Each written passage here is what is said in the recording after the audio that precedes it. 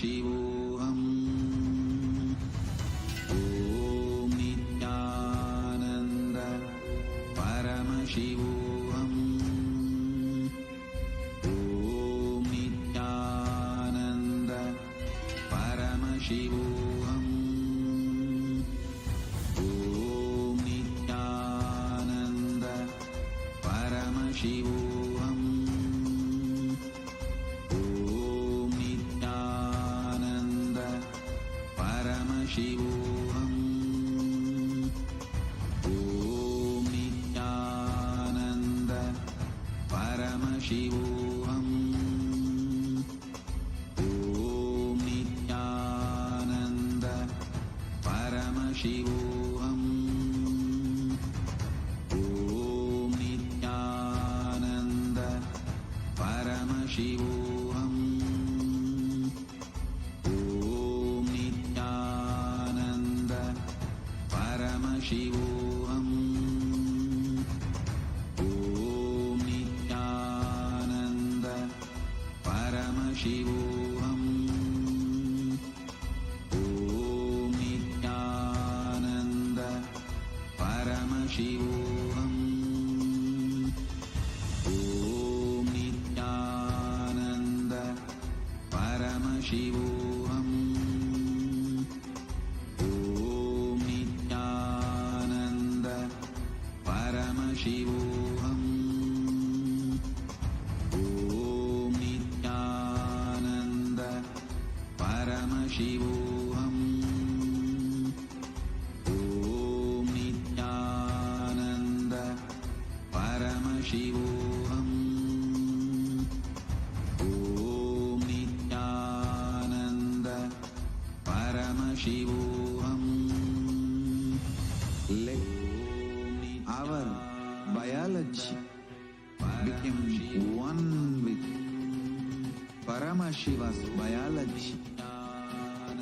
Let macrocosm we carry become one with microcosm. Let the microcosm we carry become one with macrocosm of Paramashiva. Let our organism become one with Paramashiva's organism. Let Paramashiva's organism become one with our organism.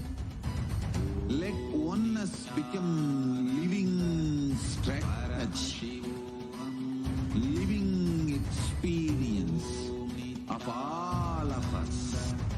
Amda Mahavagya. Do it intensely. Om Nithyananda Paramashivoham.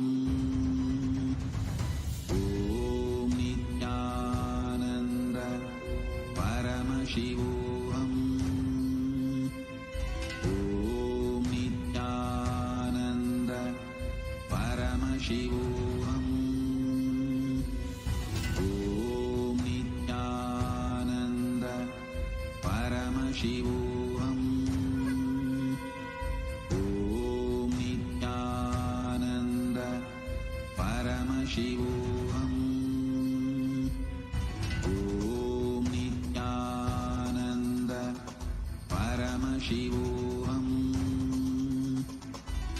Om Nithyananda Paramashivoham. Om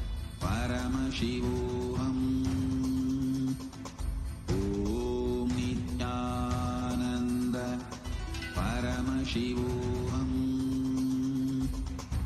Om Nithyananda Paramashivoham. Om Nithyananda Paramashivoham. Om Nithyananda Paramashivoham. Om Nithyananda Paramashivoham. Om Nithyananda Paramashivoham. Om Nithyananda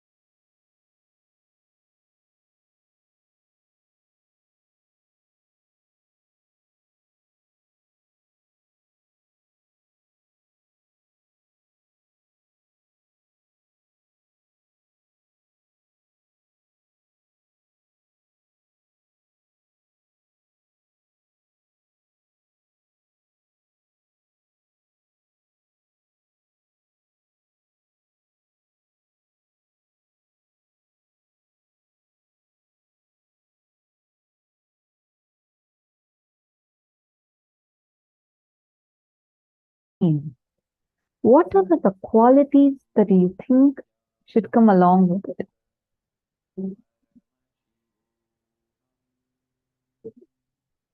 Okay, wonderful, Margaixia Lee.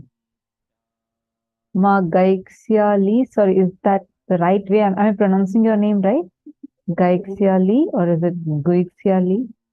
So I just want to ensure that I'm getting the name right. Gaixia Lee is correct. I want to always have a 22-year-old appearance, a lifeless body that is disease-free, painless, and has the ability to earn money. Okay. Take a few minutes. All of you, take a few minutes and write down what exactly you want to achieve. And why do you think this is very important for you? Why do you feel that having a healthy body is so important for you? It's it's not just about how you look alone, right? Even the way you feel about you inside. How fulfilled do you feel inside of you? How joyful do you feel inside of you? How overflowing do you feel inside of you? All of these also play an important role. So, including all of these, what are the goals you carry? You can even detail it out a little more. But I want to understand from each of you what exactly you feel or why exactly you feel attending to your health is so important. Take a few minutes and write it down. Why do you think you should attend to your health? And also, you can, if you're comfortable, you can post it in the chat as well. If you're comfortable with posting, you can post. Why do you think you should attend to your health? Why do you think it's important that you are taking care of your health?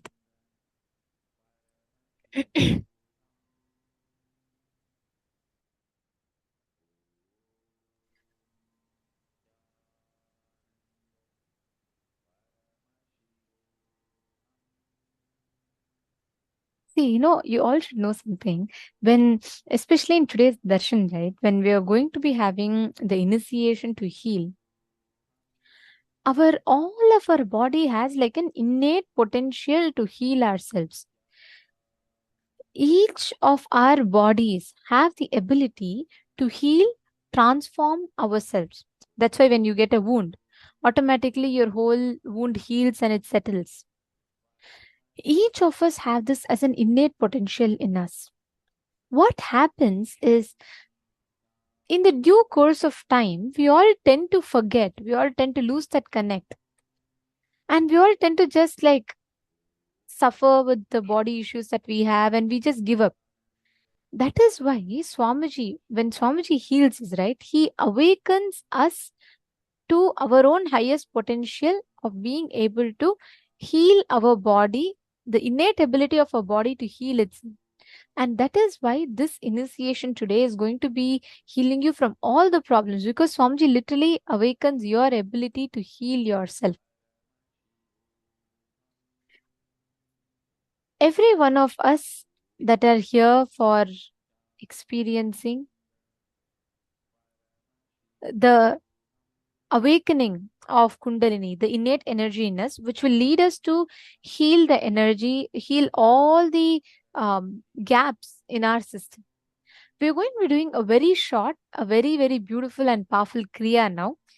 And I request every one of you to get ready. Let's start our day with a very powerful Kriya. The first step, each of you are going to sit straight. You're going to inhale through the left nostril, exhale through the right, then inhale through the right nostril and exhale through the left. Anuloma Viloma.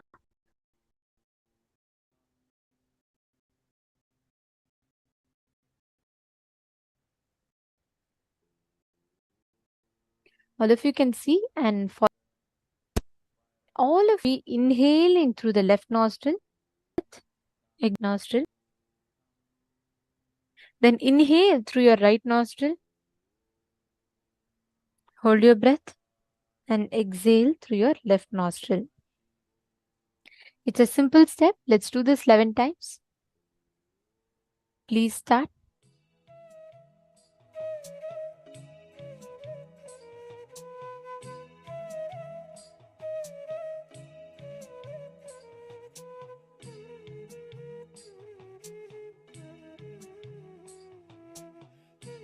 You all can take a few minutes and start the Kriya.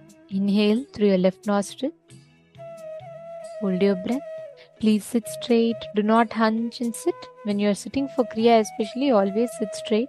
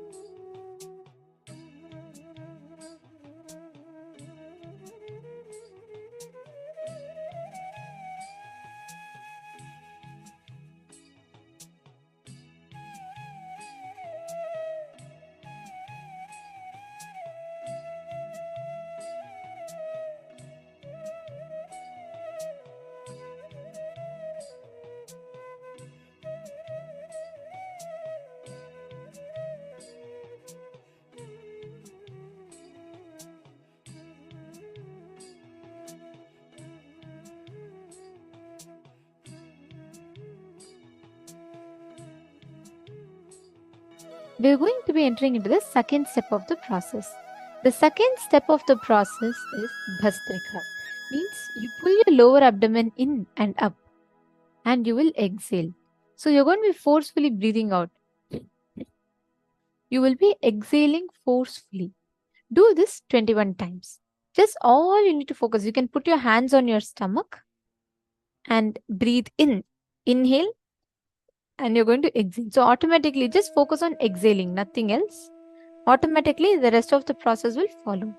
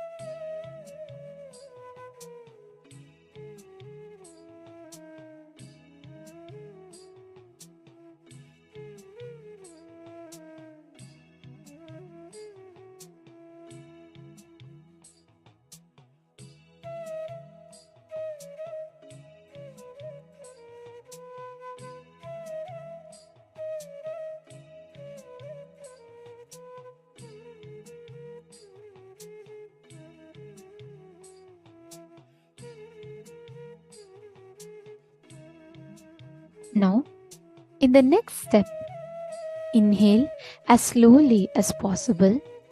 Hold the lungs full for as long as possible and exhale as slowly as possible. Hold the lungs empty for as long as possible. This is one cycle. We request you to do this one cycle for 21 times.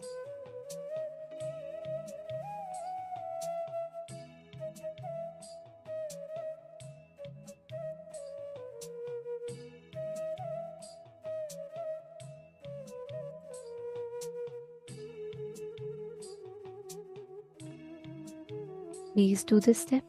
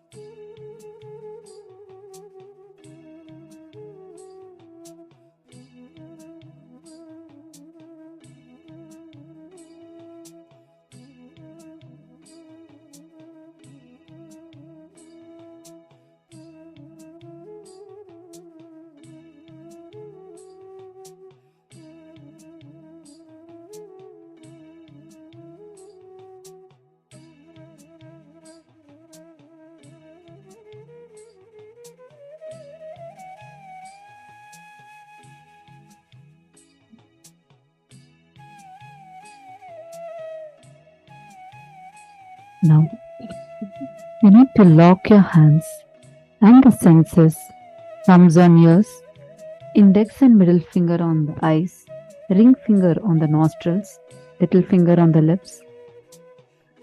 We're now going to show to you how to have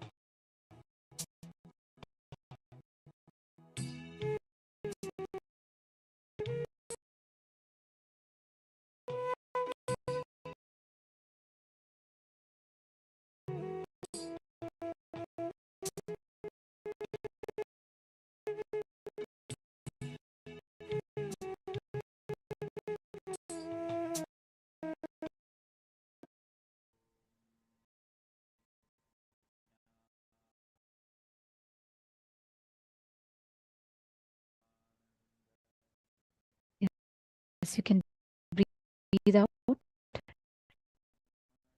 breathe in and breathe out. Energy inside of you. Channel it completely in all the parts of your body. And literally, like, whole process, this whole kriya directly works on your very inner space, completely healing you, completely channeling the Kundalini energy into the whole of your system.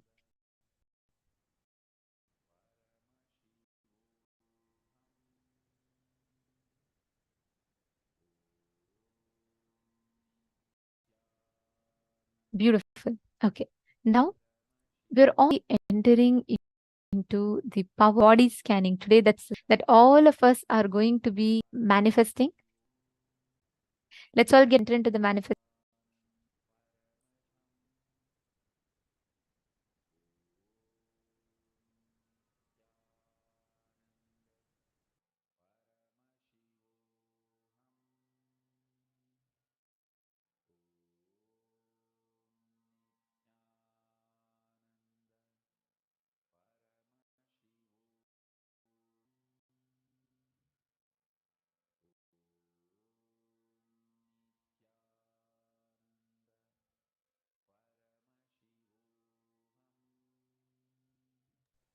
The power of body scanning, right? See, when all of us are able to, when we all connect, when we all manifest the powers of third eye, one of the main things, the first key things of manifesting this power of third eye is you being able to scan your own body. Like how all of you have your eyes open, you all can see the world around you, correct? You see things in front of you, you see people in front of you. Am I right?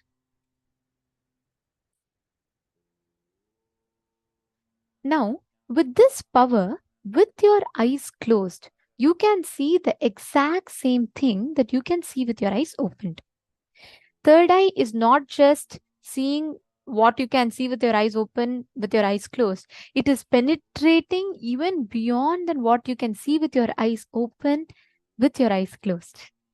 That is why you can manifest this power is precisely what, you will be able to scan 3D live, means you will be able to exactly see if there's a stone, if there is if there's some body issue, there's some problem with your stomach, if there's some problem with your heart, you will be able to see exactly the same thing with your eyes closed in precise details, without any CT scan, without any X-rays, without any of this.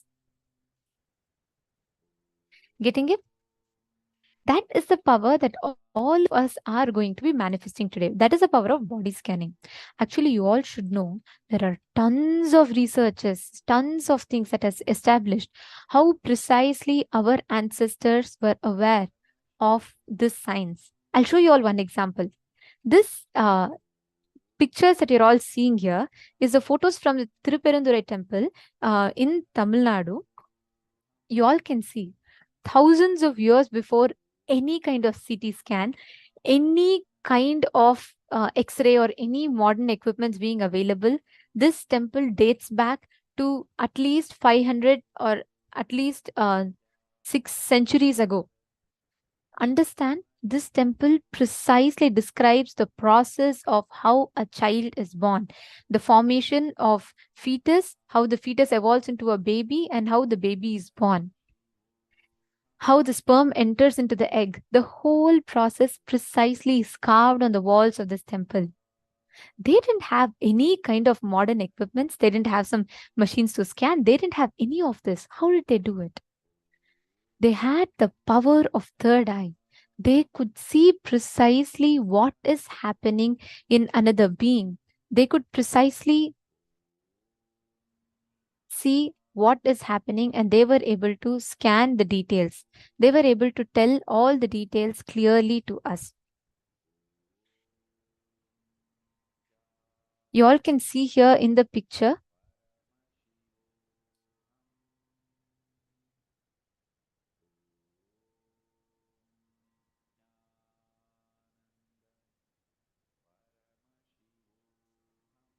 This is exactly how the carvings in the temple depict the signs of how exactly the birth of the child happens, and step by step the whole process of how child is born, the child is formed. But how did they do it?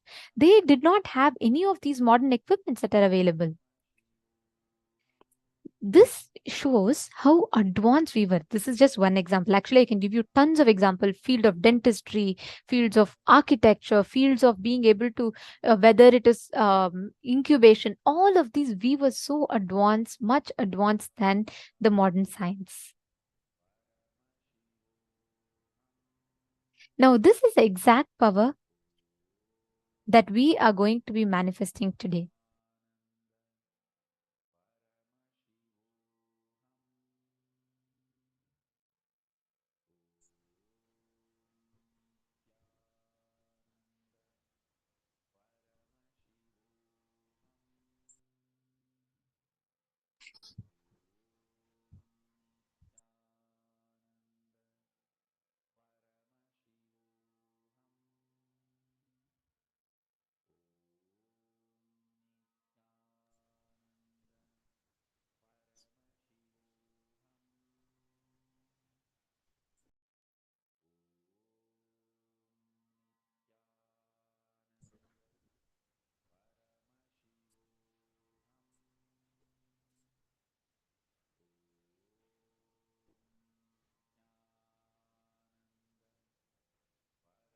Let's start understanding more details of this power as we are seeing how this power was manifested in the ancient Hinduism. We'll see the Shastra Pramana, where Paramashiva himself has revealed about this science of body scanning.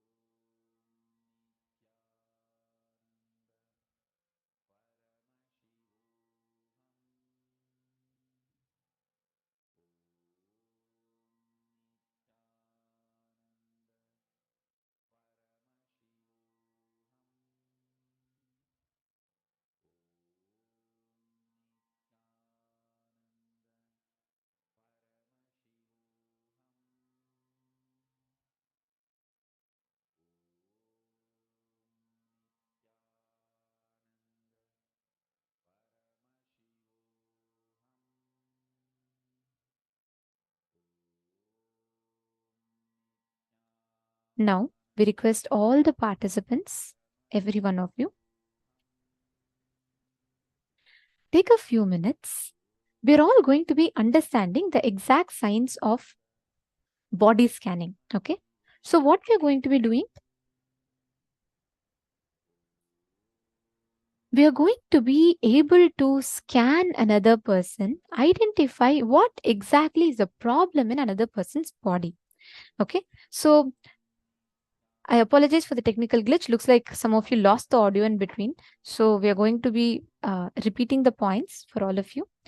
See, please understand, this exact power is you being able to scan, identify what is the problem in another person's body. Okay. There's a very clear Shastra Pramana where Paramashiva gives his exact technique. He tells, Swadehe jagato vapir sukshma sukshma tarani cha tattvani yani nilayam dhyadvante vyajyate para. In this verse, Paramashiva actually describes clearly how by you cognizing yourself as consciousness, which is not bound to any form, you will be able to see the subtlest details of everything, the nuances of everything, and established in that Paramashivatva, you will be able to see, identify, and analyze all of that. Anything in front of you to the very root of it. Now, let's do a very quick power manifestation. What you're going to be doing is, I request every one of you here to connect with people amongst yourselves, those you see around here. Connect with people here in the Zoom, and you're all going to be manifesting this power of body scanning. What you're going to be doing is you're going to be identifying what is the exact issue that a person has. Just close your eyes, scan. You will be able to start seeing precisely. Swamiji will show it to you in words and just highlights. You will start seeing what exactly is the problem that another person has in his or her body. Are all of you understanding? Okay.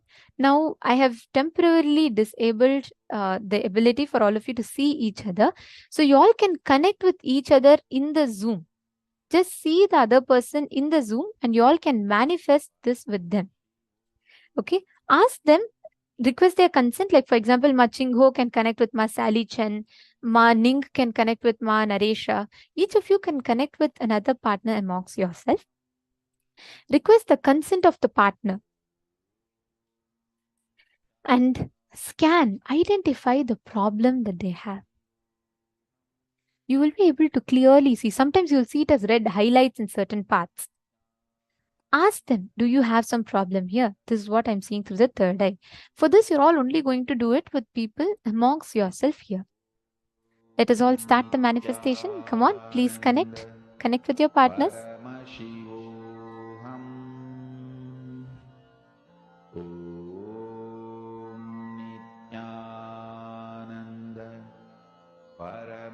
Even in the male bodies room, you all will be able to see each other. Now just connect. Chant the Mahavakya. Nithyananda Paramashivam Om Nithyananda Paramashivam Om Nithyananda Paramashivam Om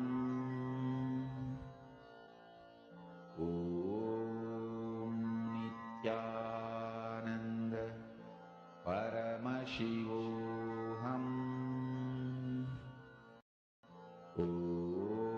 Om Nithyananda